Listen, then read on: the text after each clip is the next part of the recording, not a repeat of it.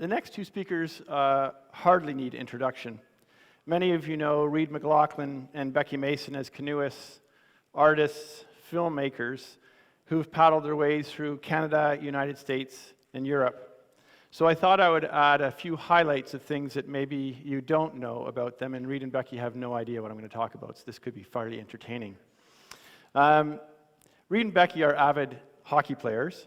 Becky, aka one-timer, and Reid dedicate hours every week clearing a patch of ice on the Canoe River near their home to practice their craft. And more importantly, they do this to build community so that those can gather, those friends and those in the community can gather for a hockey game every Sunday. They own 36 canoes of every sort and description, some over 120 years old. And contrary to popular belief, these two did not meet in a canoe on Meech Lake, although that is how and where they were married some 23 years ago. Early in their courtship, Reid was invited on a canoe trip with Becky, her father, and a few of her father's friends. As a 20-year-old, Reid was rather excited to be able to share a tent with Becky. The first night, they set up the Masons' old Baker tent together, and Reid, all googly-eyed, came to realize that there would be 3, not 2, in that tent. Reid did sleep in a tent with Becky on that first trip, with Becky's father firmly wedged between them. Reid's tent mate was Bill Mason, which would probably be a dream situation for many of us in the room, but for poor Reid, it was a bit of a disappointment. What I really want to highlight, however, in introducing Reid and Becky is their love for and their championing of local watersheds. They regularly volunteer time and effort to encourage and support local watershed use and protection by bringing the community together in fun and engaging ways. They are grassroots people. They get as much joy from walking down the street for an hour paddle on the Canoe River as they do going on long wilderness trips. They feel blessed, like so many of us in the room, to live in a part of the world where they could spend a lifetime paddling rivers and lakes within a day's drive of their home. In my view, Reid and Becky are, most importantly, community builders, net contributors, and people you can count on. And their hockey skills, well, let's just say they have a little work to do to get as good as their canoeing. So without further ado, I'd like to introduce Reid and Becky.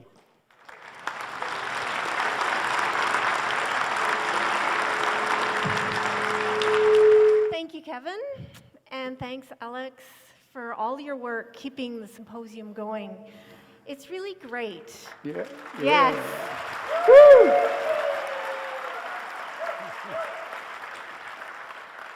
And also so important for all of us to have this opportunity to gather, talk, and listen, and share our stories, and to be inspired by and learn from one another. It wasn't our plan to be up here tonight.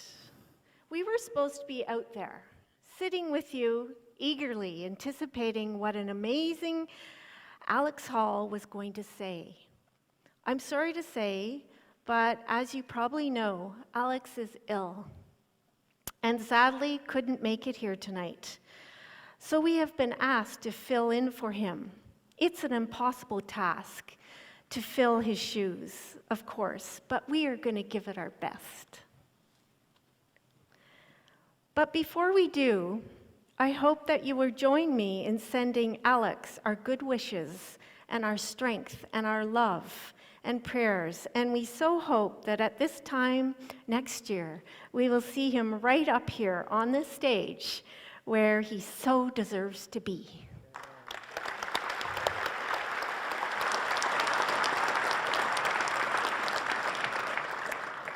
Thank you. Take good care, Alex. Today we want to honor the life and work of Ken Buck, who died last year at just about this time.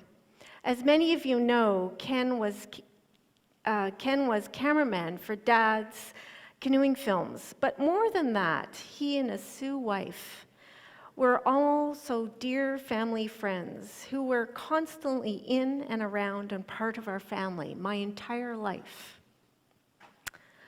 My early memories of Ken are of him behind the camera, filming us camping, paddling on the French River, and later as teenager, watching Dad and Ken winding film and editing together late into the night in the tiny studio behind our house.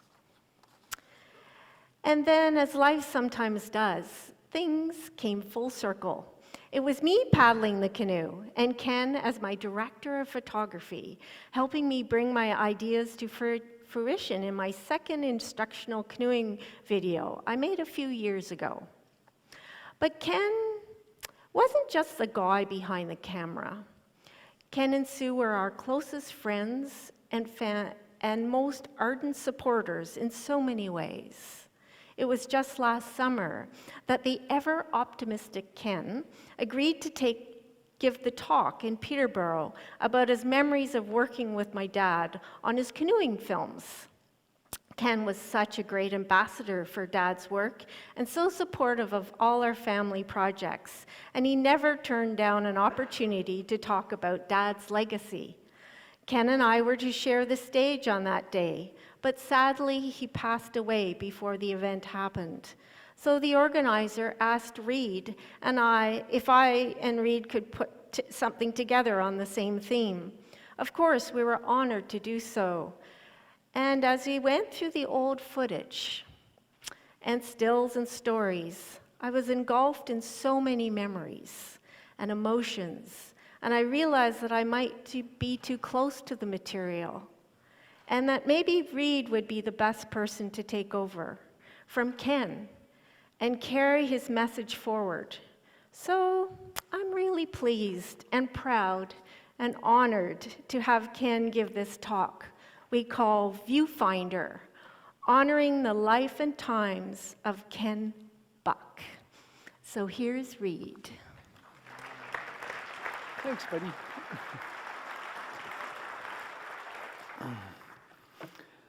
All right. I'm still thinking about adventure and understanding and what Avery had to say, and it's just so inspiring to see young people getting exposed to the history and culture of this craft. And I was looking kind of for threads between that and what Kate was saying about just about expressing yourself through art.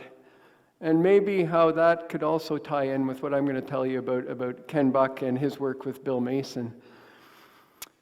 So, I'm not really a public speaker, but here we go.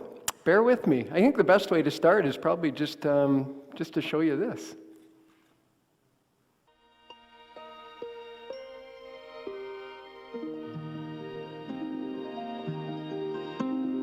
The west wind blows, we'll go where you go and dance with you for a while. Soon, maybe someday, we'll come back and we'll play. We hope on that day you'll smile. Water and sun and sky. No matter how hard we try, we'll never know what you know. As sailing we go, but we can keep on meeting you and hope you help us to make our boat, small in your hand, into a song canoe. The west wind blow, we'll go where you go and dance with you for a while. So maybe someday we'll come back and we'll play. We hope on that day you'll smile. Our boat now has helped us feel the touch of the old wheel. Though far away cities rise, changing you on your skies, but we'll take memories of shining waters, swaying trees, and waking to a power only the soul ever sees. Sing canoe, sing, we'll sing whispering. Come sing canoe, sing, sing.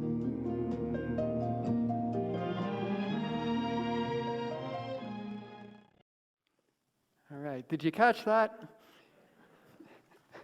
What you just saw there was actually one of Ken Buck's favorite shots from his years of working with Bill Mason as a cameraman on Bill's canoeing films. It was, of course, the closing sequence for Song of the Paddle, and originally it was only supposed to be one shot, maybe 15 or 20 seconds long in the film.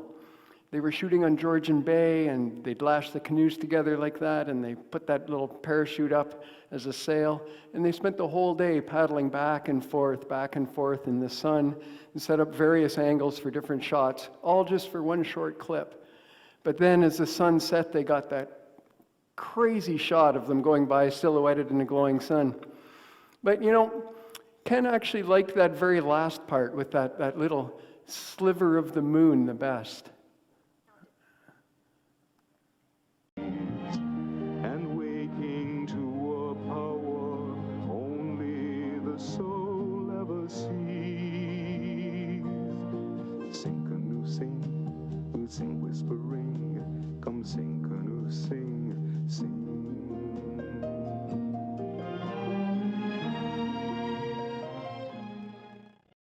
So I think he really believed that was almost a perfect summation of the movie, but also of his work as a whole. Just the idea of the canoe and how it offers freedom and the celebration of endless summer days and days of sun, days of wind and water, and sailing into the sunset towards new horizons and adventures.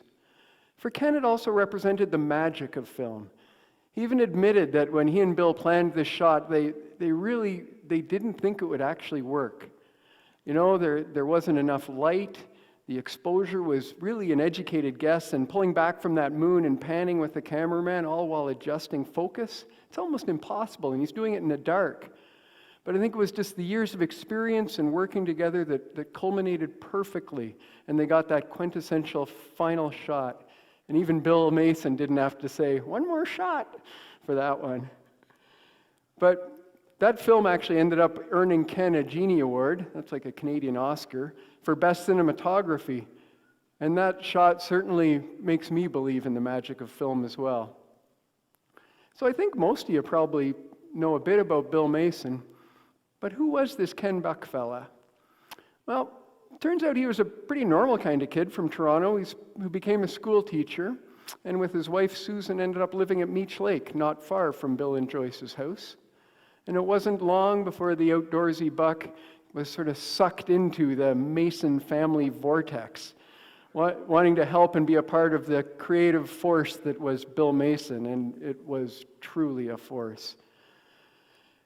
Ken always said that his very first job in filmmaking was digging the trench for the fencing of the enclosure that they made in the lake for Bill's series of wolf films. And when Ken wasn't working at school, he helped out Bill in many other ways other than digging trenches on those wolf films. And a friendship as well as a trust and an understanding really began to grow between them. Ken had, he had no experience in filming or the arts really, but that wasn't necessarily a bad thing. In a way, it was perfect for Bill. Bill could teach and train Ken to do exactly what he wanted, and in typical Mason fashion, sort of have him unknowingly break a few film industry rules, like safety, along the way. So when they went on location somewhere, Ken just thought it was normal that they would live on set, live in a camp baker tent, cook their own food, and then put all the budget money they saved towards more film. So there were no fancy hotels, no big film crews, none of that for these two. I know you guys are probably all thinking, dream job, man, bring it on. But it's an important point that Bill was not a formally trained filmmaker. Although he was aware of how things should be done, he didn't follow any of the filmmaking conventions of the day. And Bill really wore all the hats on his projects, and especially his films. He was writer, director, do camera, art, animation, often narration, as you know, and even editor, film editor. I mean, no film school in the country would have filmmakers editing their own footage, but that's how Bill rolled. He had a vision, and he wanted control of it. And Ken, well, He just assumed that this is how everybody made films, and he happily followed along, listening, watching, and absorbing all that Bill told him. But I think the one constant in filmmaking that even Bill Mason couldn't escape was the time it took to get a project done. It was as early as 1970 that he was pitching the idea of a canoeing film to the NFB. And always impatient and never one to wait for an answer, he decided just to take his family on a canoe trip to the French River and shoot some footage anyway. Then he could make a pilot that he could really do a good pitch to the film board for and strengthen his case. But he knew that he'd need some help on this, so he invited Ken and his wife Sue along for the trip.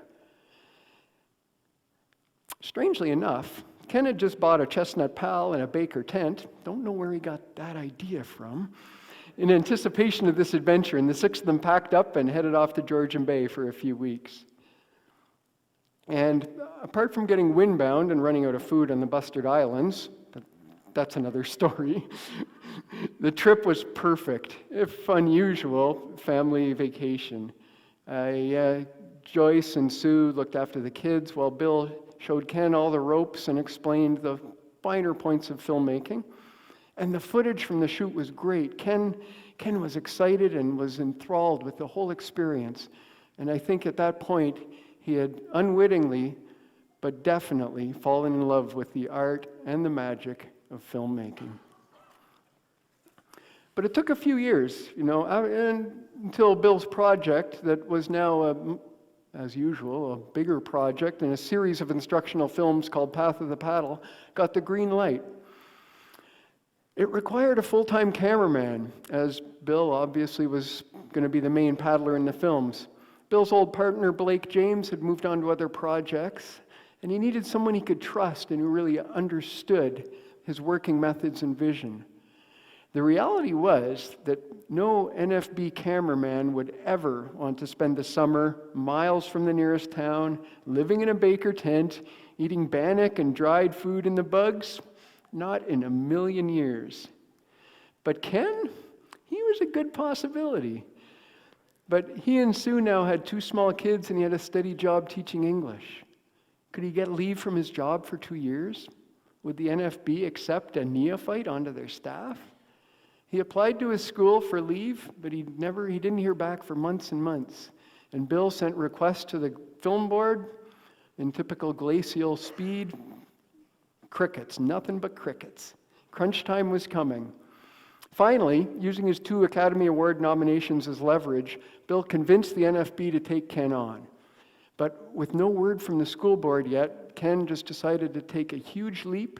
He followed his heart, and with Sue's blessing, he submitted his resignation and became a freelance cameraman for the National Film Board of Canada. And there it was. Ken Buck had taken Bill Mason's romantic idea of the canoe symbolizing freedom, and he'd made it real. And what a great decision it was.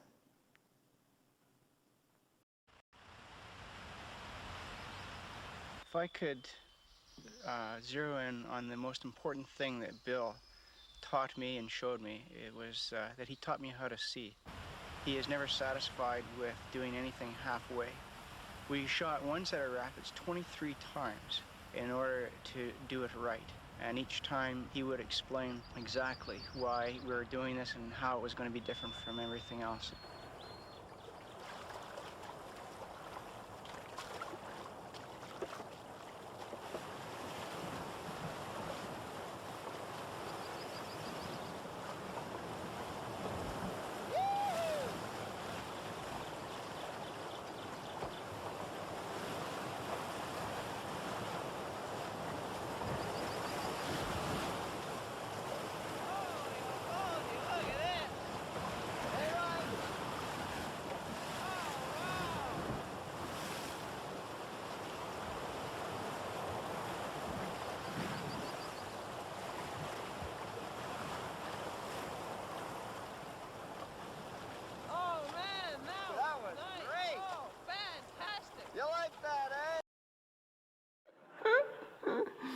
That's great. So, you can probably see how Ken was drawn to film. Obviously, Bill's infectious enthusiasm and endless ideas were forces to be reckoned with, but I believe it was the magic of film that really bit him. Looking out at you guys, I have to think that many of you probably remember those old days of film. I sure do. Long before digital and before video was ubiquitous, we all watched films. I think I got time to tell you a little personal story about the magic of film. It's 1973. Mrs. Waters' grade 3 class, Robert Hopkins Public School in the East End of Ottawa. It's a brand new school. And a wonderful little 70s experiment called Open Concept. Not just the building is open concept, but the whole idea of education has been turned on its head and opened up. So on this day, someone decides to show a movie. Somehow word travels, classes are gathered, the lights go out, and there I am, seated on the floor, listening to that clickety-clack, a 16mm film being fed into a projector. And I join in, counting down the numbers as they appear. 6, 5, 4, 3. Then that NFB logo appears on the screen, and then pure magic. Paddle to the Sea. Quite possibly the first film I ever saw projected. So, sitting on my left is my friend Sohail. He's a Pakistani Canadian who's discovering the amazing size and breadth of this country, as we all are. National icons like trees and rocks and lakes and rivers, wilderness and unlimited resources, they're all being imprinted into our little brains. And on my right is Tom. In his torn jeans and his long hair, he pretends not to be impressed by anything. He's too cool for that. He makes smart aleck remarks all the way through. And at the end, he yells loudest for the film to be played backwards as it is rewound. But he also laughs the hardest as we watch Paddle jump up Niagara Falls and tumble in toboggan his way up that snowy hill to his little perch at the top. And I'd like to think that Tom may have felt the power and the magic of film on that day. After all, Thomas Maypother III, as he preferred to be called, moved to California as a teenager to work in the movies. He changed his last name to Cruise, and well, these days it seems that Tom Cruise is making his own film magic in Hollywood. True story. So, the magic of film. My point is that film can affect people in many and unexpected ways. And what about that fat, greasy-haired blonde kid sitting in between Sohail and Tom on that day? That's me. He's not thriving under open concept education. He could really use some structure and a lot less distraction and noise in his environment. Working in groups, cooperative learning, problem solving through talking, definitely not his thing. But a story about a little canoe going on an epic voyage all by himself, the freedom, the solitude, the adventure, these are things that this confused kid can latch onto, and he does. And more than this, he will also embrace and tightly hold on to the ideas of imagination, of storytelling, and of creativity. And it is these precious gifts that he will carry and treasure and nurture and share for the rest of his life. All thanks to a little film that he saw in grade 3 about a carved canoe that goes on an adventure. So you see, for me at least, that's the magic of film. You never know how it will affect someone and how long they may carry their memories of it.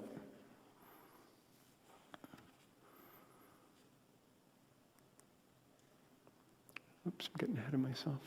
But beyond the magic, and if we go behind the camera, the technical aspects of filming in the wilderness in the 70s were challenging, to say the least. I mean, forget about the incessant bugs and the capricious clouds blocking the sun, or the wind messing with the sound. That's normal. They still deal with that stuff now, right? It's all a part of filming. But back then, they had real film. So a normal 100-foot load of film in the little 16mm Bolia camera would last about 3 minutes. That's all you had. And when budget allowed, they would also buy 200-foot magazines that looked like these Mickey Mouse ears on the Bolia there, and that would last an amazing, at least to Bill and Ken, an amazing 6 minutes. But you had to keep track every time, every shot, and use every little bit of film to save money. And when you had to change film, which was pretty often, you had to go under a black bag, a little black changing bag, as the film had to be carefully protected from the light and probably from the bugs too. And every frame was precious and hard-earned. So for every shot, they'd take light readings and adjust the exposure, shoot the sequences, and when finally you get back to civilization, you send off your film to be developed, and you wait like 3 or 4 weeks to get it back to see if you even got the shot or not. It wasn't easy. And they had some crazy moments out there. Ken remembers a camera jamming on Lake Superior, and instead of going ashore to fix it, he went under that black bag in the middle of the lake. The problem was much more complex than anticipated. And by the time he got it sorted out and resurfaced about 20 minutes later, he found that he was actually really seasick. And they had to get him out of camp and back to civilization pretty quickly. Civilization being Wawa. So they took him there to recover for a couple of days. That was the idea. He said the bonus to this event was that they got to see the newly released movie Jaws. I don't see that as a bonus, but I don't see how it could help his recovery or even really be much of a comfort going back and filming in the deep water of Lake Superior after that. So I don't know if there are any of you out there who are camera aficionados, but if so, you may be turning your nose up at this old bolia. But it was a really utilitarian, light, tough, and really practical. Although noisy, so you couldn't shoot sound with it. But it was a great little camera. And yeah, that's a budding Becky Mason filmmaker there, learning the ropes too. But Bill and Ken also used an Aeroflex and an Eclair. Both were larger and heavier and could take 400-foot loads of film, which seemed endless to them, I think. And they were really quiet as well. Ken loved his equipment. He loved talking about it and was so proud of it. He was also really proud, if not a little amazed, I think, that with all the crazy stuff they did, they never lost a camera, they never lost a lens, not even a battery. And they didn't even dump while they were carrying all the gear. But I remember Ken telling me there was one particularly windy day on Georgian Bay when he and Sue were transporting film gear. And it was a little sketchy. And as he was battling the waves, he did the math. And he figured they had about $120,000 worth of film gear in that boat. There's incentive not to tip, I guess. And it was a lot of gear. Remember that Ken and Bill had to schlep all this stuff over portages, through swamps and bugs, and to keep it all dry at the same time. It was really hard work, and then shoot over and over, and yeah, it might not seem like such a dream job now, huh? And of course, they did go to great lengths to get their shots. Bill was such a perfectionist. He was so patient. He spent hours perched on the cliffs of Old Woman Bay shooting the Path of the Paddle flat water footage. And with their shoestring budget and DIY ethic, they invented some great contraptions for getting Bill's vision on film. The NFB had never seen anything like this homemade tripod on the PAL. And Bill would paddle over to the edge of the cliff, and Ken would have to go underneath that black bag to change the magazine while Bill's bobbing up and down on those Lake Superior swells. It was amazing what they did. And of course, for the whitewater shots, you heard Ken say that there was a day when Bill and Paul ran a rapid on the Petawawa 23 times until Bill decided they had a good take. When Ken told me that story, I kind of wondered if it was the first take they actually used. And of course, the swimming scenes were always unpredictable and challenging to shoot. You know, they'd build the floating platforms with a camera on it that Bill would swim with, or camera mounts on canoes. And if you ever need proof that Bill Mason was a man ahead of his time, well, would you look at that? It's the first GoPro helmet cam. So the idea here is to get that sort of point of view shot swimming through rapids. So you get your helmet for safety, and you bolt a waterproof camera on one side, And there's a little tilt. So you take your lump of lead and bolt it on the other side, and you're good to go. What could possibly go wrong here? So the first time they used it, Ken paddled Bill out to the top of the rapids and got the camera started, and Bill slipped over the gunnel and promptly sank. And was swept downstream. Even with his life jacket, he didn't have enough buoyancy, and Bill and the helmet cam would only occasionally pop up in the rapids as Ken frantically tried to chase after him in the canoe. And the footage of that first attempt, Ken said, was mostly blackness with a few bubbles. But he said on the next try, they used 2 life jackets with better and safer results. And then, of course, they would dry out, and Bill would say, "Just one more shot," and they'd go do it again. And sometimes the swimming scenes were just a little too realistic. How many of you here have seen Water Walker? Yeah, a good many of you. You know what I'm talking about then. But here are Ken's words on what he was thinking at that time when they shot it. Ken describes what happened. I was changing magazines on the camera. Joyce said to me, "He's over." And I finished putting the magazine on and looked through the camera. Sure enough, he was in the water. And the first thing that I thought about was, this is terrible. It's, and it's terrible that Joyce is going to be here to watch this. But I started the camera thinking that it was very important to film this, whether he survived and whether he didn't survive. It's important to have it on record.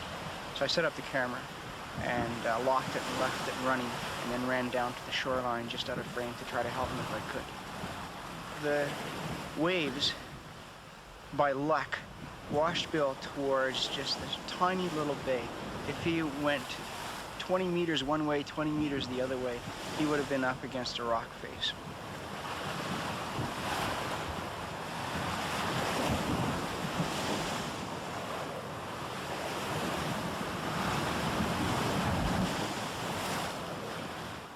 But luckily, he was washed into this one place where he could get safely washed up onto the rocks and survive.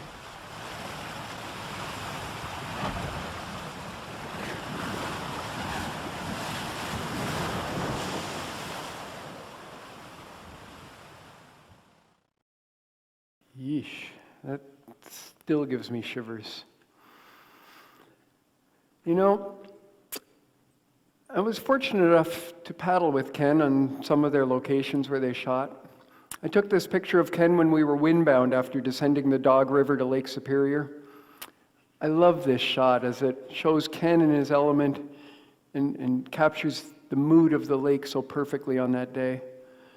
On another trip, maybe over 20 years ago, we were with Ken. We were about halfway down the Upper Petawawa when Ken hurt his arm. He managed to finish the trip. It wasn't easy. And when we got out, he discovered that it was broken.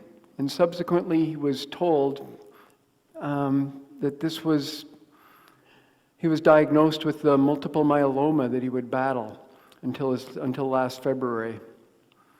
His dogged determination to beat the 5-year life expectancy he was given by 18 years was driven by his love for his family and his desire to be with and rejoice in his kids and grandkids as they grew. And even when he was ill, he would still ski and bike and paddle or skate or hike in his beautiful Gatineau hills, taking pictures as he went. Sometimes when we were with him, or even when we were out on trips with him, he would point out exact spots where he and Bill had set up to film. He would recall the light and the temperature, the time of day, and the mood they were trying to capture in that spot. It was amazing that he remembered it all so well, and it was so fascinating to hear. In fact, he turned these memories of his friend into a book about Bill and his creative drive. It's a beautiful tribute, a really beautiful tribute that we treasure, and an interesting look behind the scenes of Bill's artistic and Bill's creative powers. We actually had planned to, we got in contact, when we found out we'd be speaking here, we contacted the publisher to get a bunch of books here to sell. It turns out they had none left, sadly. But Becky rummaged around in our basement and found 4 copies that are up here, possibly the last 4 copies around, I'm not sure. But we have them up here at the table if anyone wants to pick one up. It really is a beautiful tribute to Bill's creative legacy. But reading that book and reading Ken's insights into Bill always makes me realize what a great team they were. They're really such a great team, and it makes it even more sad that both he and Bill are gone. But their legacy remains. When the two of them first paired up, it was to make instructional movies on how to canoe. But that's not what happened. Those films weren't about technique or about going somewhere. They were all about a particular aesthetic, a kind of ethical or moral approach to life, about having an attitude towards a natural world that was gentle and caring and not rushed. Ken's slow, fluid plans and his lingering close-ups, they reinforced this ethic and painted a beautiful portrait of how one could travel and live comfortably, compassionately, and responsibly on the land.